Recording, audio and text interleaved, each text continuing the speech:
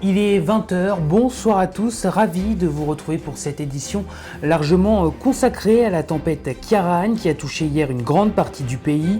De nombreuses villes sont toujours inondées et coupées du monde. Dans le Pas-de-Calais, plusieurs centaines de foyers ont été évacués. Pendant ce temps-là, il faut également protéger les habitations avant l'arrivée d'une nouvelle tempête qui va toucher l'ouest du pays dans les prochaines heures. Plusieurs milliers de foyers toujours privés d'électricité, des lignes ferroviaires perturbées. Le retour des vacances de la Toussaint risque d'être compliqué pour de nombreuses personnes. Le point dans un instant. Après la tempête, place aux constatations. Les sinistrés doivent maintenant évaluer l'ampleur des dégâts pour être indemnisés par les assurances. Quelles sont les démarches à effectuer? Éléments de réponse dans ce journal. L'actualité, c'est également la guerre qui se poursuit entre Israël et le Hamas. Les évacuations de l'enclave palestinienne de Gaza s'accélèrent vers l'Égypte. Nos équipes ont pu rencontrer un ressortissant français qui est arrivé ce matin à Paris. Enfin, pour terminer ce journal, nous vous emmènerons au Japon à la découverte d'une prestigieuse école de sushi qui enseigne à ses élèves les techniques les plus ancestrales. Vous le verrez. Voilà pour les titres. Bonsoir à tous. Plusieurs communes du nord de la France sont toujours inaccessibles au lendemain du passage de la tempête Ciarán. Les rues de certaines villes sont inondées. Dans le Pas-de-Calais, ce sont plus de 200 foyers qui ont été évacués. Reportage sur place de nos envoyés spéciaux Barbara Six et Valentin Cruard. Un village coupé du monde, des rues totalement inondées. Les habitants obligés d'évacuer en barque. Ouais, restez du même côté. Ce riverain a attendu jusqu'à midi pour quitter son domicile. Un peu mouvementé la soirée, mais bon, après, c'est comme ça, on n'y peut rien. Là, ça commence à descendre, donc ça va mieux. Mais c'est toujours impressionnant, quoi. On s'y attend jamais, quoi. La liane, déjà haute en raison des pluies de ces dernières semaines, n'a pas supporté la tempête. Le niveau est monté d'un coup, envahissant les maisons. Ce matin, ce grand-père découvre l'ampleur des dégâts. Là, elle a monté, allez, on va dire, à 1,50 m. Son fils venait à peine de rénover sa maison. On est au bout de notre vie, J'espère que les assurances... c'est hallucinant. Dans la même rue, ce jeune homme a eu à peine plus de chance. Sa famille s'est fait surprendre en pleine nuit. Elle a été réveillée par l'eau ici, quoi. L'eau a tout envahi jusqu'à 50 cm de haut. On a pu sauver les voitures parce que sans ça, plus de voitures. On a été les garer dans les hauteurs. Tous les murs là, c'est mort. Tous nos meubles, c'est mort. Il y a pas, c'est compliqué quoi. C'est le désarroi quoi. Au total, 250 maisons ont été touchées et 50 personnes ont dû être évacuées. Tous les 3-4 ans, on est relativement impacté.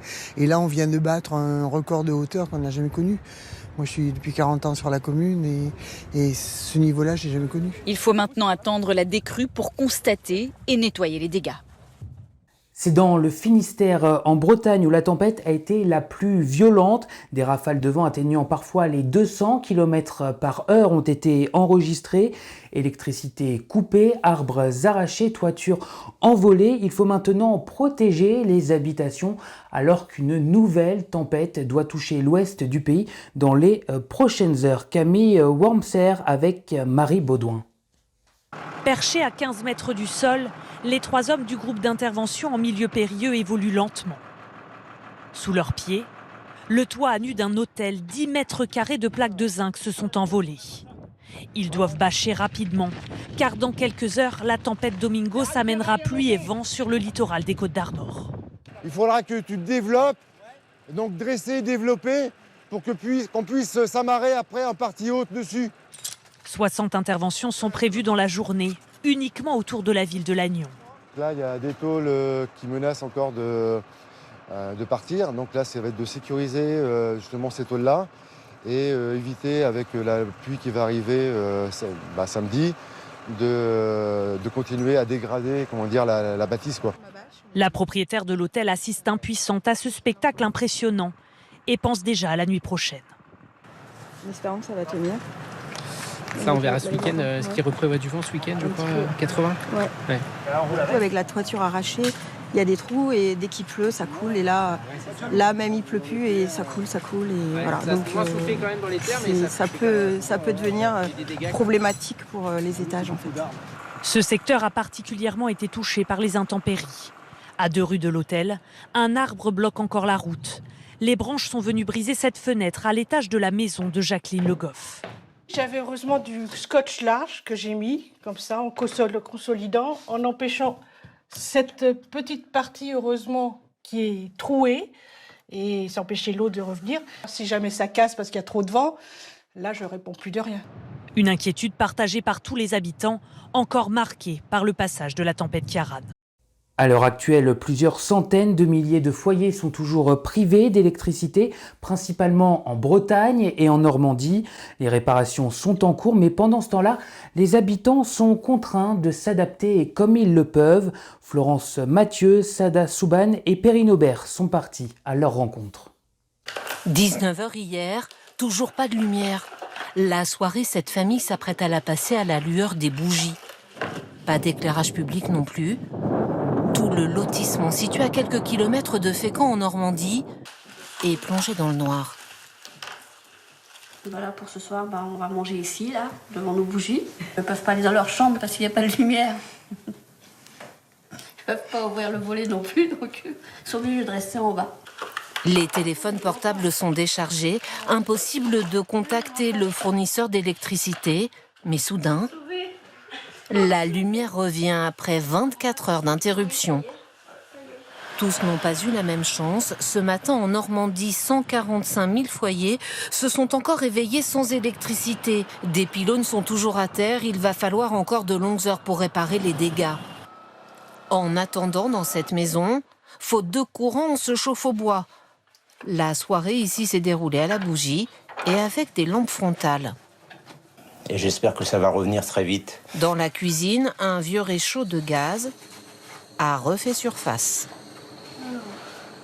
Il faut improviser. On est revenu à la méthode ancienne. On oubliait un petit peu parce que ça fait bien 29 ans qu'on n'a pas utilisé ça. Système D aussi dehors, Daniel Tarel a ressorti un groupe électrogène qu'il n'a jamais utilisé. Je ne sais pas combien de temps il va marcher, donc on l'a mis d'abord pour le congélateur. À cette heure, plus de 60% des foyers impactés ont été réalimentés en électricité. Un camping a également été évacué en Corse du Sud, à Sagone, en cause d'une pluie discontinue qui a provoqué là aussi des inondations. Les personnes ont été accueillies dans des gymnases ou encore des supermarchés. Manon Bougot est nos correspondants en région. Couché au milieu des rayons. En pleine nuit, ce petit supermarché est investi par des touristes évacués de leur camping. Les allées deviennent des terrains de jeu, alors qu'à l'extérieur, la pluie tombe sans discontinuer. Ça s'est mis à pleuvoir des cordes et le niveau de la rivière est monté à un rythme effréné. Et d'un coup, on a eu les alarmes et on s'est retrouvés évacués. On se retrouve dans le Super U. Pour venir jusqu'ici, il a fallu qu'on passe au niveau des terrains de sport dans 15-20 cm d'eau. Toute la soirée, c'est ce cours d'eau voisin qui a menacé de déborder. Une longue attente dans le supermarché, puis à 1h du matin... Je peux prendre 3 personnes. S'il y a 3 personnes... Les vacanciers sont escortés, parfois par les gendarmes eux-mêmes, vers la salle des fêtes voisine. C'est ici qu'une partie du groupe va passer le restant de la nuit. Un confort sommaire, mais au moins ils sont à l'abri. C'est mieux que rien, c'est mieux que de dormir dehors. Mais... Ça nous fait une journée de vacances un peu différente, extraordinaire. Le collège juste à côté a lui aussi été réquisitionné. Ce matin, la pluie a cessé, mais derrière elle, la boue, partout dans les allées du camping. À plusieurs dizaines de kilomètres d'ici, d'autres dégâts importants dans le petit port d'Otaporto. Des bateaux de pêche ont été soulevés comme des fétus de paille et des dizaines de véhicules sont ensevelis sous la boue. Et d'ailleurs, il n'y a pas que la France qui a été touchée par la tempête Ciarán. L'Italie est également sous les eaux. D'importantes inondations ont eu lieu à Florence, notamment. Au moins 5 personnes ont perdu la vie dans le pays. Stéphanie Pérez. Sous le regard impuissant des habitants, une rue devenue torrent et des véhicules emportés les uns après les autres. Le bruit des tôles qui s'entrechoquent et de l'eau qui dévale. Nuit de cauchemar au nord-ouest de Florence, noyée sous les eaux du fleuve Arno et de ses affluents. Vue du ciel, voici ce matin la campagne et les usines toscanes inondées. 2 mois de pluie en 2 heures. Par endroits, le niveau de l'eau est monté brutalement de 4 mètres. Les habitants ont à peine eu le temps de se réfugier dans les étages élevés. Je suis monté, j'ai vu toute cette eau et j'ai compris que c'est le fleuve qui débordait. On a été pris de court. L'état d'urgence est déclaré en Toscane. Dans ces rues où sont échoués véhicules et meubles en pagaille, le nettoyage a commencé dès la fin des précipitations et le début de la décrue. De telles inondations, c'est du jamais vu depuis 2 siècles selon les autorités. Les riverains sont encore abasourdis. On est sans lumière depuis hier soir. On n'a pas de frigo, pas de téléphone. On espère que quelqu'un va venir nous aider. Pour l'instant, personne n'est venu.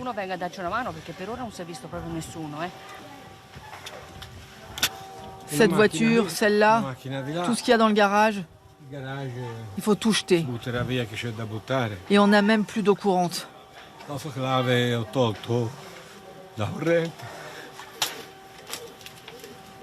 3 hôpitaux ont été inondés à Pise et Florence. L'alerte aux précipitations et au vent fort reste en vigueur jusqu'à 18h. Certaines communes appellent la population à éviter de sortir cet après-midi.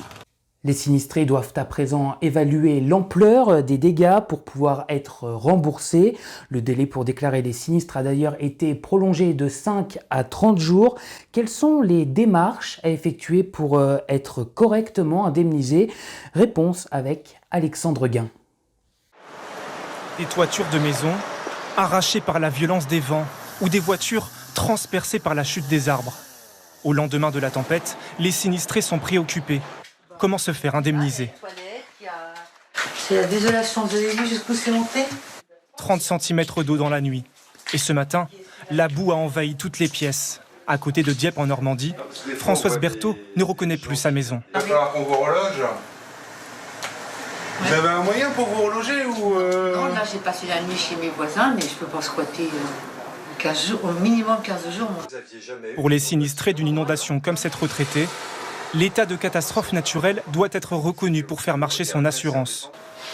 Pour les autres dégâts, c'est la garantie tempête inclue dans tous les contrats d'assurance habitation qui se déclenchent dès lors que les vents dépassent les 100 km/h. Reste une inconnue qui dépend de chaque situation, le délai d'indemnisation. Si vous avez eu la chance de ne pas avoir de gros sinistres, l'assureur ne serait peut-être pas obligé de mobiliser un expert sur place. Et donc, dans ce cas-là, la procédure sera plus rapide. Oui. On peut espérer qu'en 1 mois, 2 mois, vous aurez déjà une indemnisation qui pourra être versée.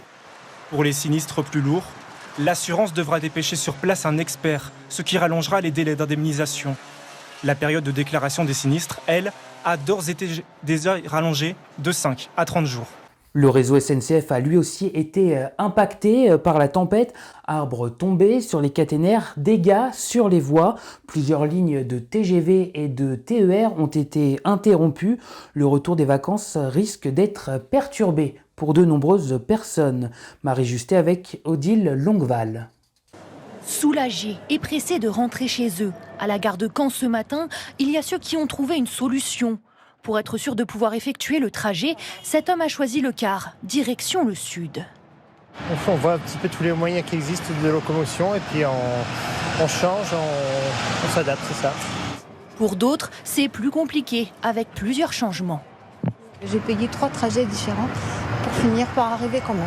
Donc, on a l'impression que c'est un peu une succession de galères. Un petit peu, oui. Mais bon, on a fini par arriver. Ce couple de retraités, lui, doit rentrer à Béthune, dans le Pas-de-Calais. Mais pas sûr qu'ils arrivent à bon port. Si on arrive sur l'île et qu'on n'a pas de train, il faudra opter pour autre chose, quoi. Coucher à l'hôtel. On verra, voilà. Dans les Hauts-de-France, avec les dégâts de la tempête, le trafic reste interrompu. Direction Arras, Calais ou Boulogne-sur-Mer. Plus à l'ouest, en Bretagne, même situation pour Brest et Quimper. Aucun train ne circule depuis mercredi soir. À la gare de Lorient, pour ces voyageurs, difficile de rejoindre Quimper par le rail. Chacun essaye de trouver un plan B. On cherche à rallier Quimper. Pour l'instant, on est à Lorient. On attend un taxi. On voudrait trouver une agence avec des voitures disponibles. Voilà. Mon TER a été annulé, donc je m'arrête à Lorient et j'attends ma compagne qui devrait arriver pour me rapatrier. À la gare Montparnasse à Paris, ces vacancières ont pu échanger leurs billets de justesse. Il fallait faire vite parce qu'il restait 4 places. Donc pour rentrer, c'était un petit peu compliqué quand même. À partir de ce soir, le réseau ferré du Sud-Ouest est placé sous haute vigilance. Une nouvelle tempête Domingos s'annonce. L'actualité, je vous le disais, c'est également la guerre entre Israël et le Hamas qui se poursuit. Les évacuations s'intensifient au point de passage entre Gaza et l'Égypte. Ce matin, un ressortissant français qui a pu quitter l'enclave palestinienne est arrivé à Paris. Arnaud Boutet, Nicolas Bertrand et Kylian Lebouquin sont allés à sa rencontre. Une longue étreinte. Ce matin, René Elter retrouve sa femme. Fin du cauchemar pour cet archéologue, l'un des 5 Français qui a pu quitter Gaza. Retour à la maison. Qu'est-ce que vous avez prévu de faire là dans l'immédiat Me reposer, m'occuper de ma femme. Quelques heures auparavant, nous l'avons rencontré à l'aéroport du Caire, alors qu'il s'apprêtait à embarquer. Je suis fatigué. Je suis vraiment fatigué. René Elter, pourtant habitué des missions à Gaza, n'avait jamais connu un tel niveau de violence. Il y a des tirs partout. J'avais d'un côté en fait des roquettes qui partaient, et de l'autre côté des missiles israéliens qui partaient aussi. Et donc c'était le même bruit en fait qu'un TGV qui passe. 170 Français demeurent coincés à Gaza. Et à Rafah, frontière égyptienne, l'unique sortie, les portes se sont entr'ouvertes ce matin pour laisser partir quelques dizaines de personnes. Les bombardements continuent. Comme autour de cet hôpital, l'un des plus importants, où les débris de verre jonchent les couloirs. L'armée israélienne déclare encercler Gazaville, dont les contours sont un champ de ruines. La progression est lente. Partout, les accrochages continuent. Allez, direction Tokyo, au Japon, à présent pour terminer ce journal. Nos correspondants se sont rendus dans une prestigieuse école de sushi qui enseigne aux jeunes des techniques et des gestes ancestraux pour devenir de véritables maîtres du sushi. Reportage découverte d'Hakim Abdelkalek avec Vincent Reynaud. Dans la vibrillante mégalopole de Tokyo, il est une école singulière où l'on acquiert les ancestrales techniques du plat iconique japonais, le sushi. Bienvenue à la Tokyo Sushi Academy.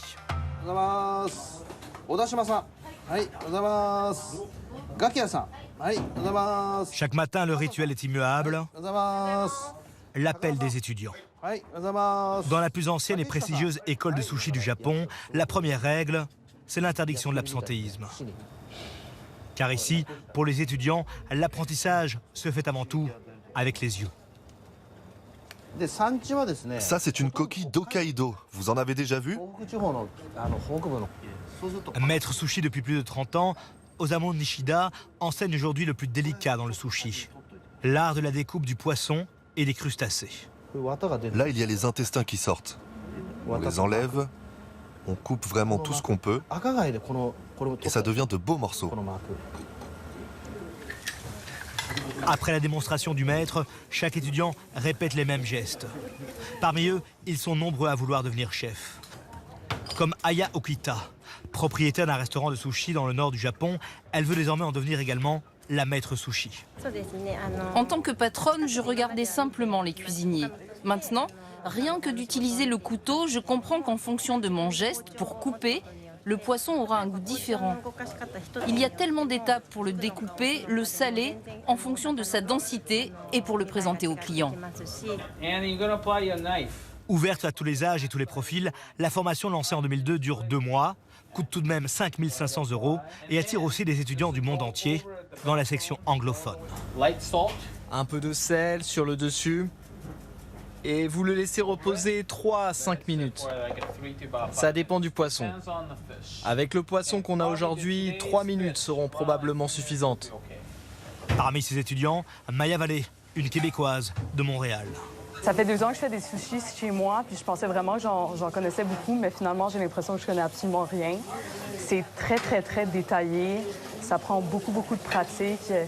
Non, vraiment, c'est super. On apprend vraiment de tout. On apprend comment couper le poisson, on apprend comment faire le riz. Ils disent que ça prend 3 ans, apprendre à faire le riz parfaitement, 8 ans pour devenir chef. Comment couper les légumes, plein de différentes affaires. Parmi ces apprentissages, la technique finale, le modelage du sushi. Un geste méticuleux, précis, rigoureux et ancestral. On se frotte les mains avec de l'eau et du vinaigre. On prend du riz vinaigré et on en fait des petites boules allongées. Comme ça.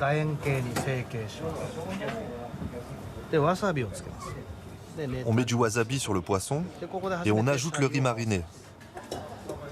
On fait des petits trous pour faire rentrer l'air. Ensuite, avec l'index, on aplatit. On le fait rouler le long de la main. Et à la fin, avec ces 2 doigts-là, on modèle le sushi. On le forme bien. On le fait pivoter à 180 degrés et on le ferme des 2 côtés.